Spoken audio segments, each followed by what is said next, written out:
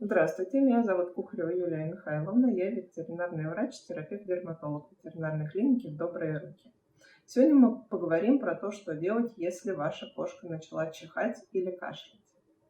Такое проявление у кошки называется респираторный синдром. Он может проявляться либо достаточно частым чиханием, зачихиванием, либо полноценным кашлем. При кашле может выделяться мокрота, так же, как у нас с вами, тогда это будет выглядеть как отхаркивание пенки, либо многие владельцы достаточно часто путают это с позывами на рвоту.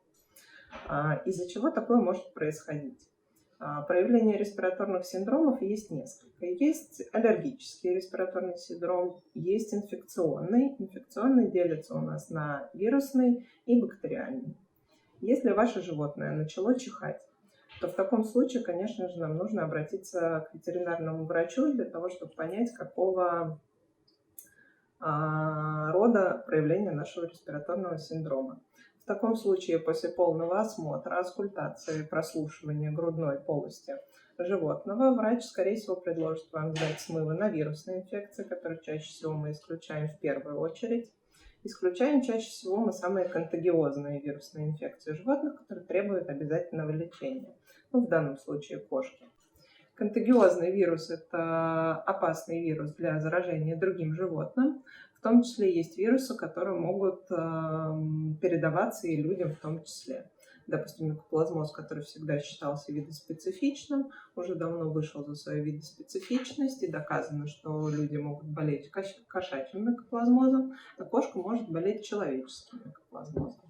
Микоплазмоз – это респираторное вирусное заболевание у кошек, которое проявляется респираторным синдромом, то бишь чиханием, кашлем, слезоточивостью. Второй вид инфицирования – это бактериальная инфекция, которая подселяется на ослабленный иммунитет, также может вызывать кашель, чихание. Такая инфекция чаще всего не требует специфических анализов.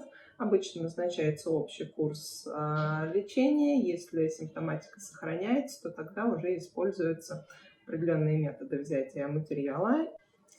Тогда уже берутся смывы на подтитровку бактериальной инфекции, если это требуется, и назначается лечение относительно данного анализа. Ну и аллергическое проявление кашля и чихания, оно ставится методом исключения. То есть, если у нас не подтверждается ни вирусная, ни бактериальная инфекция, тогда мы склоняемся к тому, что это была аллергическая реакция, и животное получает лечение против аллергии. Также достаточно частый вопрос за последнее время: болеют ли кошки ковидом. Всемирная ассоциация ветеринарии доказала, что кошка может болеть ковидом, что ковид он не видоспецифичный, и мы можем заразить свое животное, если мы переболеваем сами. Но при этом специфических схем лечения нету. Осложнения, как у человека, чаще всего не происходят. И рекомендация лечения симптоматически у животных. Также нужно помнить, что у кошек есть своя коронавирусная инфекция, которая не относится к респираторным заболеваниям, которая не является нашим ковидом.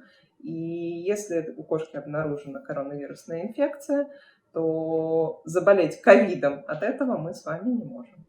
Потому что без лечения данная патология также может вызывать достаточно сильное осложнение и достаточно тяжелый ход течения болезни.